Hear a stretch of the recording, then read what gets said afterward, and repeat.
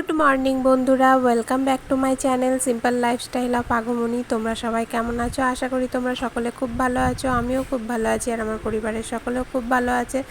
তো আজ একটা নতুন দিন, নতুন সকাল, আর আজকে হচ্ছে মঙ্গলবার। তো সকালবেলা তো মেয়েকে স্কুলে পাঠিয়ে দিয়েছি, ছোটো মেয়ে স্কুলে গেছে। তো কাল থেকে শরীরটা একটু খারাপ, আসলে তোমাদের বললাম ওর পেটে ব্যথা করছে। তোর বাবা তো ওষুধ নিয়ে এসছে, ওষুধটা খাচ্ছে। এবার হয়তো 1-2 দিন টাইম লাগবে ওষুধটা কাজ করতে। তো সকালেও পেটে ব্যথা বলছিল, কিন্তু ওই জোর করেই পাঠালাম, কারণ পরীক্ষা সামনে জানো তো। আর স্কুলে না ভালো করে এখন পড়াশোনাও হচ্ছে। আর বাড়িতে থাকলেই তো পড়ে পড়ে ঘুমোবে, 9টা 9:30-র আগে ঘুম থেকেও উঠতে চায় না। বাড়িতে থেকে যদি পড়তে বসতো তাহলে একটা কথা ছিল, কিন্তু উঠতেই চাইবে না সকালবেলায়। তাই ভাবলাম স্কুলটাই পাঠাই, স্কুলে গেলে তো পড়াটা হবে। আর সকালবেলায় যাই হোক বাথরুম করে গেছে, তো মনে হয় আজকে আর সেরকম অসুবিধে হবে না, জানি না।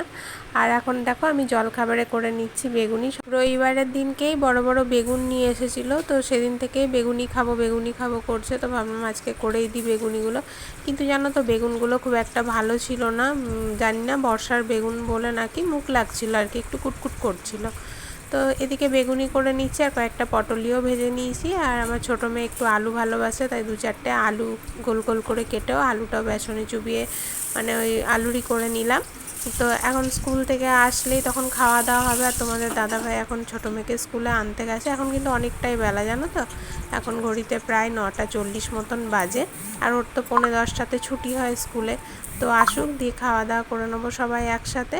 আর এদিকে তোমাদের দাদাভাই ওই যে ফুটবল খেলে ওই দিক দিয়ে মাঠ থেকেই আর কি মাছ নিয়ে এসছে, শিঙি মাছ। তো সেটাই মা ধুয়ে এই যে নুন হলুদ মাখিয়ে দিল। আর এখন রান্না বলতে তো এখন জানি না কি হবে, মাছটাই হবে। এদিকে দেখো ছোটো মেয়ে স্কুল থেকে চলে এসেছে, তারপর কিন্তু আমরা সকলে মিলে জলখাবার খেতে বসে গেছি। আর আমরা জানো তো 4 জনে একসাথেই বসি, মাও বসে, কিন্তু ঘরের ভেতরে তো জায়গা হয় না। আর মা ওই সোফাতে বসে খেতে একটু বেশি ভালোবাসে, তাই মা সোফায় বসে বসে খেয়ে নেয়। আর আমরা এই যে 4 জনে ঘরে বসে এখন খেয়ে নিচ্ছি। তো বড় মেয়ে আজকে স্কুলে যাবে না, বড় মেয়ের আবার ডেতে না ভালো পড়া হচ্ছে না। আসলে 15ই আগস্টের জন্য স্কুলে নাচ গান প্র্যাকটিস করাচ্ছে ম্যামরা, তো সেই কারণে ক্লাসগুলো ভালো করে হচ্ছে না। তো সেই জন্য স্কুল যেতে চাইছে না, বলছে মা ভালো করে ক্লাস হচ্ছে না, আমি বাড়িতে পড়বো। তো যাই হোক, এখন মুড়ি খেয়ে ও পড়তে বসে যাবে। আর এদিকে কিন্তু জলখাবার খেয়ে আমি রান্না বসিয়ে দিয়েছি। এখন প্রায় তোমার 10:30 মতো বেজে গেছে। তো রান্নাটা আজকে তাড়াতাড়ি বসিয়ে দিলাম, নাহলে প্রতিদিনই বেলা হয়ে যায়। তো এদিকে দেখো আমি কলমি শাক ভাজা করে নিয়েছি। আর এই যে 2টো বেসনের বড়া রয়ে গেছিলো, আর 2টো পটল খুব পেকে গেছিলো, তাই ভেজে নিলাম আর ওই ঝোল করে নিচ্ছি। তারপরে এই যে ঘরবাড়ি সব নোংরা হয়ে আছে, আর আজকে আমি চাদর আর বালিশের ওয়ারটাও কাচবো, 2-3 দিন ধরেই কাচবো ভাবছি, কিন্তু কাচা আর হচ্ছে না। তো আজকে ফাইনালি কেচেই নেব। তো রান্না এদিকে মোটামুটি হয়েই এসছে আমার, তাই ভাবলাম কোটোগুলোকে একটু মুছে নিই। এটা কিন্তু আমি প্রতিদিনই মুছে থাকি কোটোগুলো, জানো তো। এই যে রান্নার ঝাঁঝটা ওই তাকের ওই দিকটাতে যায়, তো আর কোটোগুলো একটু কেমন তেলচিটে ভাব হয়ে যায়। তো প্রতিদিন মুছে নিলে না পরিষ্কার থাকে, তাই এই যে ভিজে কাপড় দিয়ে এখন মুছে নিচ্ছি। প্রতিদিন মুছে নিলে ভিজে কাপড় দিয়ে শুধু মুছে নিলেই হয়ে যায়। এবার অনেক দিন পর করলে তখন আবার সে ভালো করে পরিষ্কার করতে হবে। তো মাঝে মধ্যে ডিপ ক্লিনও করতে হয়, এমন নয় যে মুছে নিলেই হয়ে যায়। তো যাই হোক, এখন মুছে নিয়ে এইদিকে আমার ঝোলটা কিন্তু হয়ে গেছে, আলু পেঁপে সব সেদ্ধ হয়ে গেছে। তো মাছগুলোকে ছেড়ে দিলাম, আর একটু গরম মশলা দিয়ে দেবো, আর একটু মিট মশলা দিয়ে দেবো ওটার মধ্যে, দিয়ে নামিয়ে নেবো। আর এদিকে আমার ভাতও কিন্তু হয়ে গেছে, তো ভাতটাকেও এখন উপর দিয়ে দেবো। রান্না তো মোটামুটি কমপ্লিট, এবার রান্নাঘরটা সুন্দর করে পরিষ্কার করে নিতে হবে। আর মাছের ঝোলটা না, আজকে মাছগুলো খুব পাতলা পাতলা ছোট ছোট ছিল। আগে একদিন তোমাদের দাদাভাই মাছ এনেছিল, মাছগুলো না খেতে ভালো লাগছিলো। আর আজকে মাছগুলো এত সরু সরু পাতলা পাতলা, মুখে নিয়ে মনেই হচ্ছে না যে মাছ খাচ্ছি আর কি। যাই হোক, এদিকে আমার দেখো রান্না কিন্তু পুরো কমপ্লিট, ঝোলটা টকবক করে ফুটে গেছে। আর একটু ফুটে যাক, তারপরে মানে মাছটা তো ভেজেছি, মাছের ভেতরগুলোতে একটু ভালো করে রসটা ঢুকে যাক, তারপরে গ্যাসটা বন্ধ করে দেবো। আর এই যে সুন্দর করে মুছে নেবো, গ্যাসে তেল ছিটেছে, তারপরে জল, রান্নাঘরে না প্রচুর জল পড়ে রাঁধতে গিয়ে। আসলে বেসিনটা না আমাদের উল্টো দিকে লাগানো হয়েছে, আবার বেসিনে কিছু ধোয়াধুয়ি করলে জলগুলো এই ওপরটাতে মানে গ্যাস টেবিলের ওপরে ছিটে আসে। তখন রান্নাঘরটাও সুন্দর করে একবারে পরিষ্কার করে নেবো। আর রান্না তো দেখলে এই যে ঝোল আর শাক ভাজাই হচ্ছে, আর তার সাথে আছে ওই যে আমড়ার চাটনি। এদিকে আমার তো রান্না করে গ্যাস পরিষ্কার করে চলে এসেছি এখানে রুমটা পরিষ্কার করতে। তো বললাম তোমাদের চাদরটার বালিশের ওয়ারগুলো কাচবো, তো বালিশের ওয়ারগুলো ভিজিয়ে দিয়েছি, তার সাথে আরও কয়েকটা জামা কাপড় ভিজিয়েছি, যেমন মেয়ের স্কুলের ড্রেস, তোমাদের দাদাভাইয়ের মাঠের জামা প্যান্ট, ছোটো মেয়ের জামা প্যান্ট। তো ছোটো মেয়েকে এদিকে আমার কিন্তু স্নান করানো হয়ে গেছে, স্নান করিয়ে তারপরেই এসেছি এদিকে ঘরের কাজ করতে। তো এইগুলো একটু মুছে নিচ্ছি, এগুলো প্রায় 4-5 দিন হয়ে গেল মোছা, ধুলো বসেনি, তাও ওই একবার করে মুছে নিচ্ছি, হালকা হালকা করে 4-5 দিন পর পর মুছে নিলে না ধুলোটা বসে না আর কি। তো এইগুলো পরিষ্কার করে নিয়ে একটু, আর ফ্যানটাও পরিষ্কার করে নেবো। ফ্যানটাই 1 সপ্তাহ হলো পরিষ্কার করেছি, তো ভাবলাম যখন খাটে উঠে এগুলো পরিষ্কার করছি ফ্যানটাও একবারে মুছেই নেব। আর এই বাবার ছবিটার মালাটা না একটু নোংরা নোংরা কালো কালো হয়ে গেছে, তো একদিন খুলে একটু পরিষ্কার করতে হবে। তো যাই হোক, এদিকে দেখো আমি মোছামুছি করে নিচ্ছি। আর টিউবলাইটটাও কিন্তু আমি এরকম করে মুছে নিই। টিউবলাইটটাতে কী হয় বলো তো, ওই মশাগুলো মরে চিটে যায়, মানে তারপরে মশাগুলো আটকেও যায় দেখেছি। তারপর দেখবে টিউবলাইটের নিচে হালকা হালকা করে মাকড়সাতে পাতলা পাতলা জালও করে। তো আমি যখন ওগুলো মুছতে উঠি তখন টিউবলাইটটাও একবার করে মুছে নিই।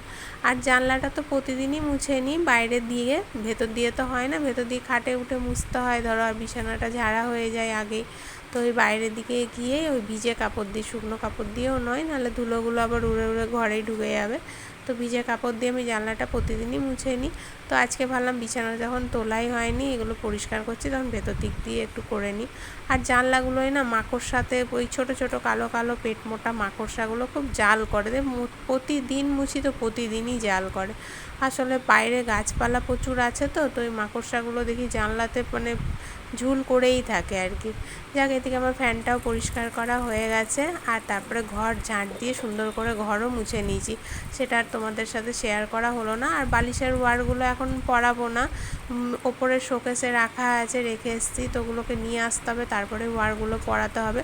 তো ভাবছি আজকে ওয়ার পরাবো না, কারণ কালকে বালিশগুলো একটু রোদে দেবো, দিয়ে একবারে ওয়ার পরাবো। আর আজকে তো ভালো রোদ বেরোয়নি, সেই কারণে আর দিইনি, সকাল থেকে মেঘলা মেঘলা।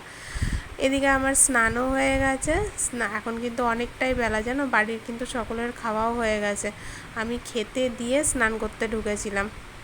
তো আজকের বাসনগুলো মাই ধুয়ে নিয়েছে, যেহেতু আমি খেতে বসিনি বা আমার দেরি হবে, মা জেনে বাসনগুলো ধুয়ে নিয়েছে। আর এদিকে এখন দেখো অনেকগুলোই কাঁচা ধোয়া ছিল, সেই কারণে একটু বেলা হয়ে গেল, আর ঘরটাকেও যেহেতু একটু পরিষ্কার করলাম।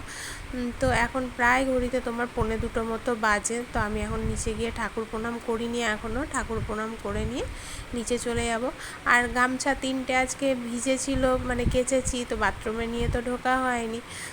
তারপরে এই যে মাথাতে ওড়নাটাই নিয়ে নিয়েছি বালতিটার মধ্যে, যেহেতু গামছাগুলো ছিল, আর গামছাগুলোও তো ভিজে মাথায় ভিজে গামছা জড়ালে দেখবে জলটা টানে না, তাই একটা শুকনো ওড়না মাথার মধ্যে জড়িয়ে নিয়েছি। আর এই গামছা 3টে হচ্ছে 3 জনের, একটা তোমাদের দাদা ভাইয়ের, একটা বড় মেয়ের, একটা ছোটো মেয়ের। একে অপরে মানে একটা গামছা ইউজ করে না, 3 জনের 3টে আলাদা আলাদা গামছা। আর আমার তো গামছার প্রয়োজন হয় না, যেদিন মাথায় ওই স্নান করি মাথা জড়িয়ে রাখার জন্যই গামছার প্রয়োজন হয়।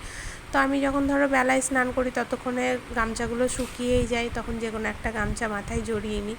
তো আজকে ছিল না বলে ওড়নাটা জড়িয়ে নিয়েছি। চলো এবার নিচে ঠাকুর প্রণাম করে নিই। আর এই দেখো এই সাদা নাইটিটা দেখছো, এটা আমার বড় মেয়ের, ওর মামনি ওকে দিয়েছিল।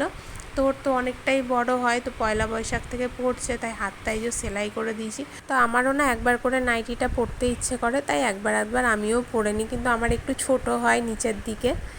এখন কিন্তু বিকেল 6টা বাজে, আর এই ছাদে এলাম, আর চুলটা দেখো না কি পাতলা হয়ে গেছে, প্রচুর চুল উঠছে গো বর্ষাতে। আর জামা কাপড়গুলো আমার আধ শুকনো হয়ে গেছে, রোদ কিন্তু বেরোয়নি, জানো, ওই মেঘলা মেঘলা হয়ে আছে, কিন্তু ওই যে হাওয়াটা দিচ্ছে বলে জামা কাপড়গুলো আধ শুকনো মতো হয়ে গেছে। আর এই যে ছাদে তোমাদের দাদা ভাই, মা, ছোটো মেয়ে সবাই চলে এসেছি। আর বড় মেয়ে তো টিউশন গেছে 4:30টার সময়, তো মোটামুটি 6:30 পৌনে 7টা নাগাদ আসবে। আর সন্ধে হয়ে যাচ্ছে, তাই জামা কাপড়গুলো তুলে নেব। চানাচুর খাওয়া হয়ে গেছে?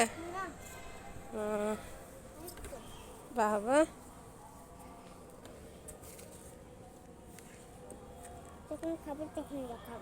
বল খেলা হলো? খেলা হলো কি?